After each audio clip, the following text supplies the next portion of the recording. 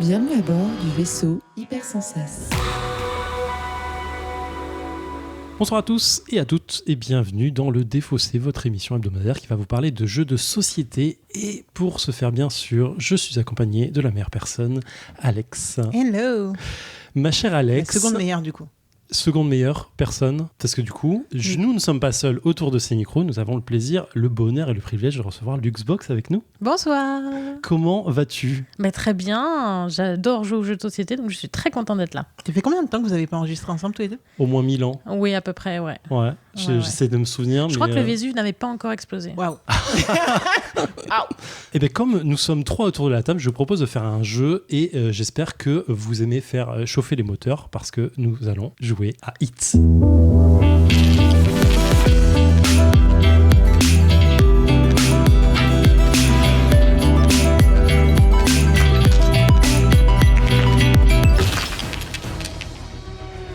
Donc Hit, c'est un jeu que je vais vous présenter aujourd'hui, mais bien sûr, comme nous avons une nouvelle personne dans le Défaussé, que c'est la première fois que tu viens enregistrer avec nous, écoute, il y a une petite question, petit traquenard qui vient se poser, c'est savoir quel type de joueuse tu es, Luxbox. Si la question te semble vraiment tomber comme un cheveu sur la soupe, ce qui est un peu le cas, tu auras le droit de donner le dernier jeu que tu as kiffé jouer, que ce soit un ancien jeu, un jeu moderne, tout ce que tu veux, et voilà. Alors, moi, je suis surtout une joueuse de l'esprit. Tout ce qui est Trivial Pursuit et compagnie, ça, c'est vraiment ma came. J'ai grandi avec ça. Et du coup, je pense que mon jeu préféré, c'est vraiment le jeu de vieux par excellence, c'est le Scrabble. Ah, c'est ouf. Oui. Et c'est la première fois qu'on a cette réponse, mais en même temps... J'ai envie de dire c'est simple, c'est le pire jeu du monde pour moi, mais ouais. Pourquoi ? Voilà. Parce que je suis très mauvais au Scrabble. J'adorerais être bon, mais je suis mauvais. C'est très dur le Scrabble. Hein. C'est super dur. J'ai même une fois, j'avais dit à un copain, s'il te plaît, fais-moi plaisir, on fait un Scrabble. Il avait dit OK. Et il m'avait dit OK, mais on a le droit de mettre les gros mots. Et ben c'était encore plus dur. Ah, tu m'étonnes. J'ai des pires souvenirs du monde au Scrabble en disant j'ai envie d'être bon et en vrai d'être toujours mauvais et de faire des mots de 3 lettres, 4 lettres ou de rajouter des S là où sur les mais les des mots fois des c'est autres. super stratégique de rajouter un S, hop, et tu peux partir sur autre chose. Ouais, grave. Ouais, mais franchement. c'est quand même dur quoi. C'est pas le but du jeu quoi. Et j'ai toujours une partie en cours avec ma daronne de Scrabble sur le téléphone. Tout le temps. Ouais. Ça, c'est trop bien. Tout le temps. C'est le jeu du téléphone par excellence. J'ai l'impression que ça m'a fait repartir en flèche ce truc. C'est clair. Ok, d'accord. Et comme on était dans les anecdotes en off, vous savez que le champion du monde du Scrabble français n'est pas français. Je sais plus de quelle origine il est, mais en gros, c'est un mec qui a appris par cœur le dico. Ah, trop bien. Français. Donc il sait jouer avec les mots français. Mais en tout cas, il sait jouer. J'imagine en fait les mecs qui font ça dans tous les pays pour être champion du Scrabble dans plusieurs pays. C'est trop bien. En fait, c'est pas du monde du coup, c'est le champion de France. Ouais, j'imagine. Ouais. Ok, retour sur les chapeaux de roue, vous l'avez ou pas on va jouer donc à Hit pour faire la fiche Wikipédia et bien que Alex puisse se foutre de moi parce que je vais prononcer des noms. Vas-y. Des auteurs de Asger Harding Granerud et de Daniel Skjold Pedersen. C'était pas assez naze. C'est pas assez mal fait ? Non. J'essaierai de faire la prochaine fois. À l'illustration, on retrouve le merveilleux Vincent Dutré et ça se voit quand on regarde la boîte, aucun doute là-dessus. C'est édité chez Days of Wonder qui nous a envoyé très gentiment la boîte de jeu. C'est un jeu pour 10 ans et plus, pour des parties d'environ 30 minutes à 1 heure, ça dépend dans quel mode on va jouer. Et ça peut jouer de 1 à 6 joueurs. Alors j'ai pas testé le solo, je le ferai sûrement probablement jamais, mais j'ai testé plusieurs configurations de jeu à 2, à 3, à 5 et le jeu se joue toujours aussi bien. Donc dans Hit, parce que c'est pas dans le titre vraiment, mais on va jouer des pilotes de Formule 1 des années, je dirais 60-70 environ, parce que c'est un peu des vieilles voitures. Donc on va faire des tours de circuit et je suis absolument pas friand de ce type de jeu à la base, je le dis, comme vous autour de la table, je n'aime pas ce genre de jeu, je n'aime pas les courses automobiles spécifiquement. C'est le thème, c'est pas la mécanique qui est... Ah oui, c'est le thème de jeu. Oui, c'est le thème de jeu. C'est le thème. J'ai déjà beaucoup joué à Flamme Rouge, qui est un jeu sur le cyclisme et le Tour de France, qui a très bien cartonné en France parce que voilà. C'est un peu le même type de jeu parce que c'est un jeu de cartes finalement. J'aime beaucoup le jeu, mais bon, quand on me propose d'y jouer, je dis ok, mais j'ai pas envie d'y jouer spécifiquement. Ouais, c'est le thème qui te rebute carrément. Et ouais, je suis pas très fan en fait. Enfin, ça m'attire pas plus que ça. Et quand j'ai joué la Hit la première fois, j'ai dit ah mais c'est trop bien en fait. Il y a une vraie sensation de jeu, une vraie sensation de course. Et du coup, je suis assez content d'y avoir joué à plusieurs types de personnes autour de la table, dans le sens plusieurs types de joueurs, enfin dans le sens nombre de joueurs, j'y arrive. Et voilà, mais j'ai toujours joué qu'au jeu de base parce qu'il y a un deuxième mode de jeu, mais je vais y revenir. Donc dans Heat, on va incarner donc des pilotes automobiles de Formule 1, j'imagine en tout cas. Et on va jouer sur différents circuits. Il y a 4 circuits disponibles, France, Italie, États-Unis et Angleterre. Là, on va jouer sur le circuit américain parce que c'est le circuit de base. Et la grosse mécanique de jeu, c'est que devant nous, on va avoir notre plateau joueur avec un deck de cartes. 2 decks de cartes pour être précis. Un premier deck de cartes qui va nous donner des valeurs qui vont aller de 0 à 5. Et un deck de cartes qui sera déjà posé qui va être les cartes HIT, donc les cartes de surchauffe moteur. Ces cartes-là, en fait, elles vont nous servir, et c'est là où le cœur du jeu, à passer, en fait, à faire surchauffer le moteur pour passer des moments un peu durs dans le jeu. Je m'explique. Tout le contexte de ce genre de jeu, en général, ce sont la négociation des virages. C'est quand on passe un virage dans le jeu, on va avoir une valeur qui va être attribuée au virage, qui est une valeur de vitesse. Ce virage ne peut pas être passé à plus de 7 de vitesse, parce que si on passe à plus de 7 de vitesse à ce moment-là, c'est-à-dire quand on passe la ligne du virage qui est déterminée sur le jeu, si on est à 8 de vitesse, on fait un tête à queue parce qu'on a mal négocié son virage et on a dû faire attention. Sauf que on peut passer le 10 virages à 7, 8, 9 ou 10 si on a des cartes hit dans notre deck à cramer au fur et à mesure. C'est-à-dire qu'en fait, on fait surchauffer notre moteur, on le tord un peu pour pouvoir passer et prouver qu'on a un bon pilote.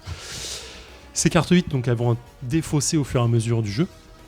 Et quand on va récupérer tout notre deck de la défausse, elles vont remonter dans notre main. Et il va falloir les redescendre dans leur case spécifique de hit pour pouvoir les redépenser. Et en fait, c'est là où le jeu se définit en termes de sensations tactiques. C'est que soit je vais réduire ma vitesse pour refroidir le moteur, donc redescendre mes cartes hit de la main vers le deck, son deck spécifique, pour pouvoir les réutiliser plus tard dans le jeu. Après, au-delà de ça, il y a ce qui fait les notions de course, c'est-à-dire l'aspiration. Quand on est derrière un autre concurrent, on va passer devant parce qu'on fait le phénomène d'aspiration et du reste. Et voilà, on continue le jeu pour faire 2 tours de circuit.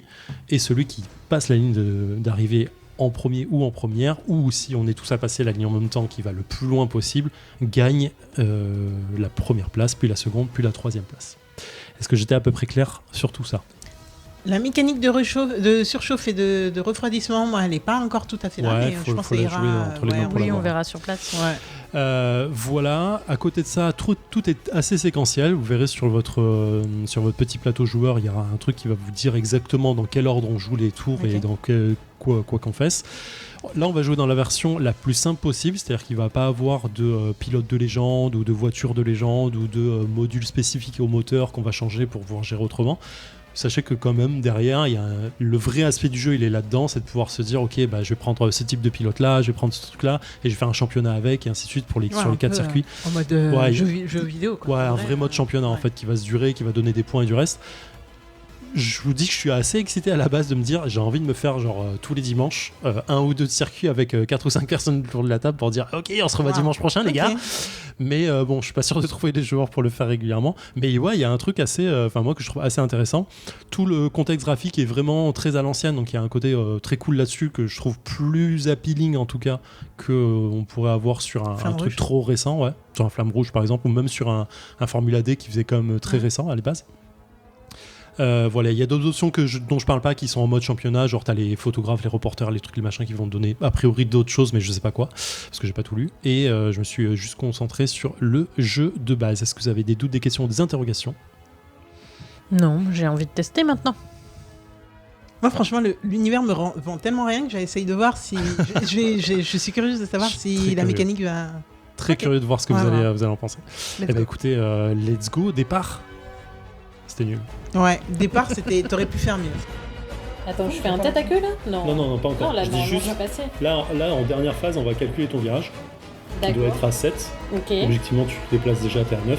Oui. Mais comme t'es parti, ce tour-ci, t'étais la dernière de la course, tu peux avancer un de plus parce que t'as de l'adrénaline qui t'aide. Je le dis, attention en fin de ligne droite, le rapport 4, il fait mal. Si on négocie mal le virage à 3, ça fait pas mal. Parce que 3 faut le payer. Question quand on a fini la pioche. Voilà, donc je vais demander si on a. Excusez-moi. Ouais. J'avais oublié que j'avais passé le virage. 1 plus 1 plus 1. Ça fait 6. Exactement. Mais en fait, ce que je descendrai, je devrais aussi le cramer. Ouais, mais c'est le but, c'est justement le but de faire. Ah ouais. Donc on va là. Et puis on va le cramer. Il faut que j'en crame 2. Oui, mais après ça revient dans la main. Ouais, grave. en Et plus, oui, plus faut savoir en je pense. descendre.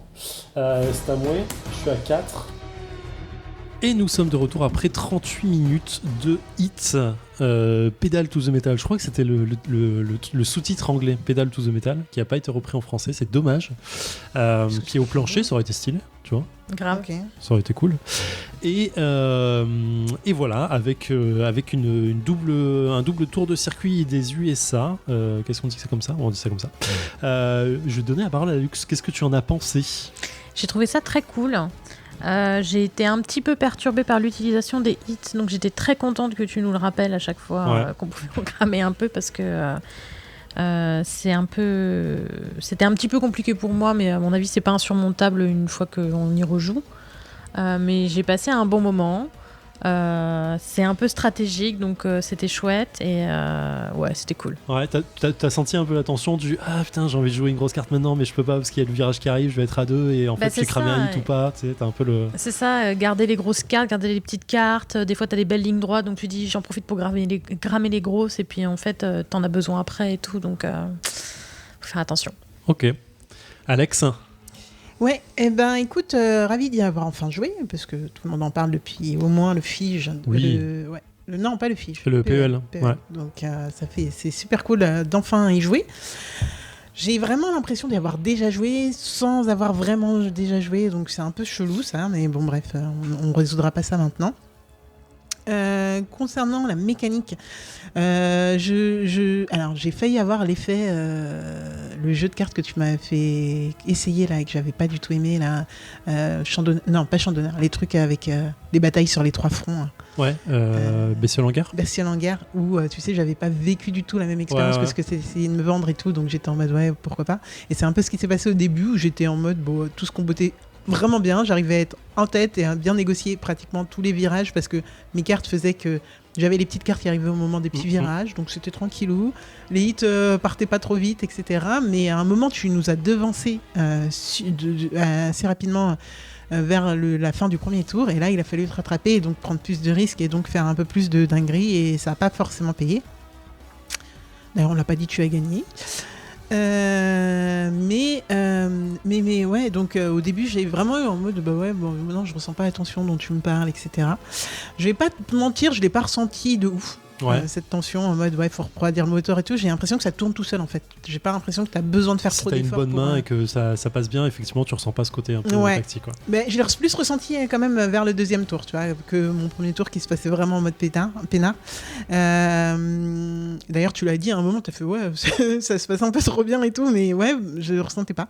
Et après c'était vraiment pour te rattraper, donc c'était en fait je pense que si t'avais pas eu cette accélération, moi je serais resté dans mon petit rythme tranquillou et je sais pas si ça serait passé, mais voilà. Donc je ressens pas cette pression et donc j'ai l'impression de jouer à un jeu de voiture vraiment pour le moment. Ça marche. Pour le coup voilà, mais ce que tu m'as vendu dans la narration, au moment de refroidir le moteur, il faut bien négocier les virages et tout, je trouve que c'est assez admirable d'avoir réussi à le traduire dans un jeu. Je trouve que la mécanique le rend vraiment enfin tu vois, quand tu me l'as raconté je le ressentais plus qu'en jouant, mais au final comme tu me l'avais mis dans la tête c'était ok. Est-ce que j'aurais envie d'acquérir ce jeu ? Honnêtement, pas vraiment. Tu vois. Je suis assez étonnée que tu dises que tu as envie d'y jouer tous les week-ends, vraiment, parce que pour le coup, ok. Non, j'espère que tu vas en dire plus par rapport à ça, parce que voilà, j'ai pas ressenti d'adrénaline de foot. Je me suis pas ressenti dans une course par rapport à vous.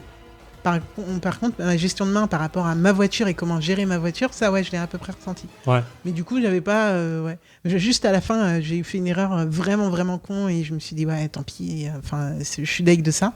Sur le dernier virage. Ouais, sur le dernier virage, mais c'est le seul moment où je me suis vraiment mis en mode tryhardeuse, tu vois, en mode vraiment, il aurait fallu que je fasse ça, je l'ai pas fait, je suis deg. Mais ouais, donc je pense que je ressens pas ce que tout le monde ressent sur ce jeu. Je suis très contente d'y avoir joué. Si on me propose d'y rejouer, en plus c'est assez rapide, donc vraiment, une fois que t'as... Enfin, et vraiment, par contre, alors, une fois que t'as les règles en tête, c'est emballé et pesé, donc c'est vraiment cool. Les règles c'est easy, mais vraiment easy, avec l'iconographie, enfin il y a tout qui fonctionne super bien, les rappels de quand est-ce que tu peux surchauffer, quand est-ce que tu peux refroidir, vraiment c'est nickel. Ouais, ils ont fait un gros boulot là-dessus, je trouve. Ouais. C'est vraiment impressionnant et génial d'avoir fait ça. Donc vraiment, rien que pour ça, chapeau.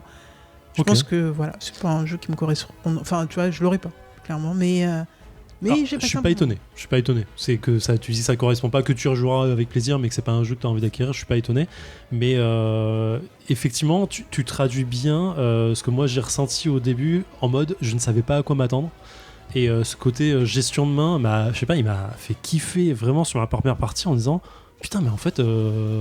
Faut calculer un peu en avance, quoi, te dire ok, je vais peut-être avoir le 4 qui va sortir, donc je vais peut-être pas jouer ça maintenant et tout. Et je sais pas pourquoi ça m'a vraiment hypé direct. Et à chaque partie que je refais, je suis en mode ah putain, c'est vrai. Il y a un petit côté smooth qui est agréable, je trouve. Tu fais petite pioche, bam, tu montes tes cartes, tu avances ta voiture, tu vois où est le virage par rapport à toi, comment tu vas négocier le prochain et tout. Et je trouve ça assez agréable. En fait, tout ce que j'avais, en fait, quand Flamme Rouge est sorti, je pense que ça ma hype entre guillemets, elle vient de là. Bon, le cyclisme, c'est pas mon truc, je suis vraiment pas là-dedans, mais pour le coup, quand il était sorti, j'ai des potes qui étaient à fond dedans et qui essayaient de me faire jouer régulièrement au jeu. J'étais en mode, ouais, ok, c'est cool, si vous voulez, on peut jouer, mais c'est pas le jeu de ma vie, quoi. Je vais pas spécialement excité à y jouer, quoi. Et eux, ils me disaient, non, mais attends, nous, on va faire le Tour de France en même temps. Il y a des mecs qui ont fait une application pour voir calculer les points, savoir quel maillot jaune et tout, machin. Tu vois. Ok, c'est cool, je vois votre enthousiasme, ça me fait super plaisir, mais j'étais pas dedans.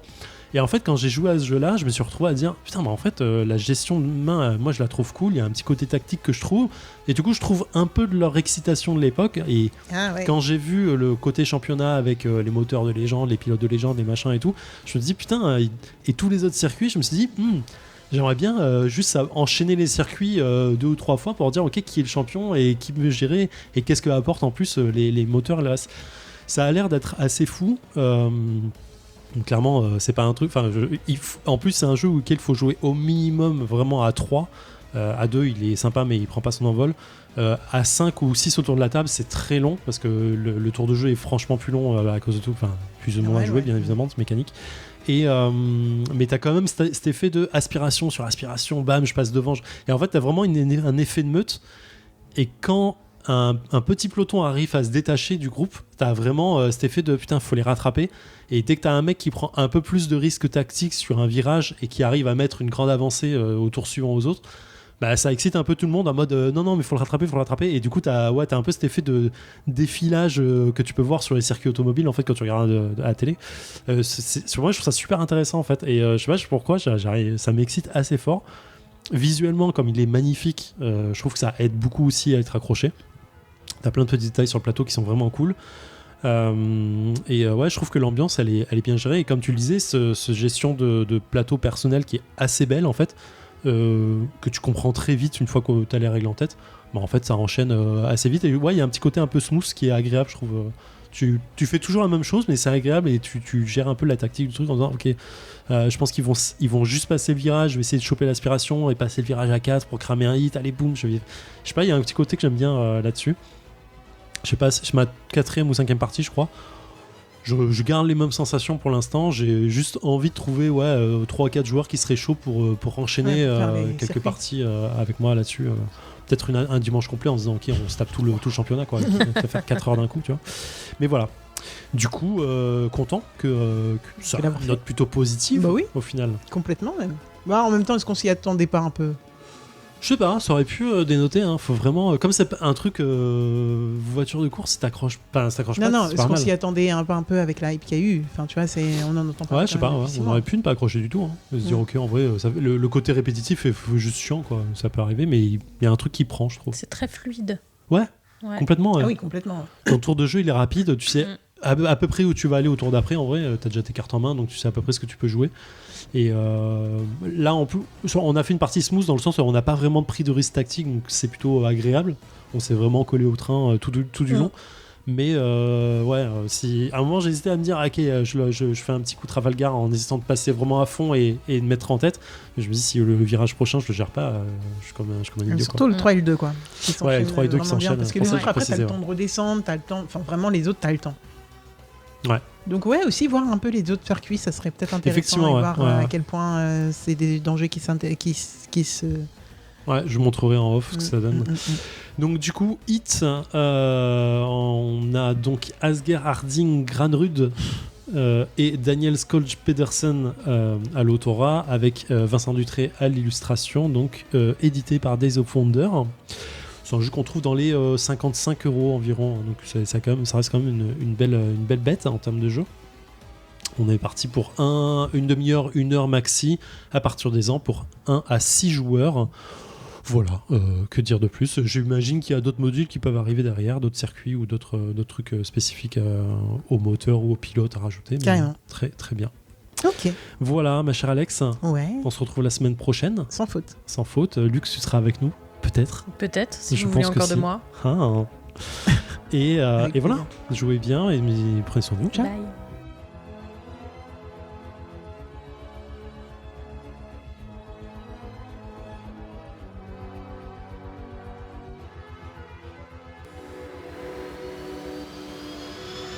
Fin de transmission.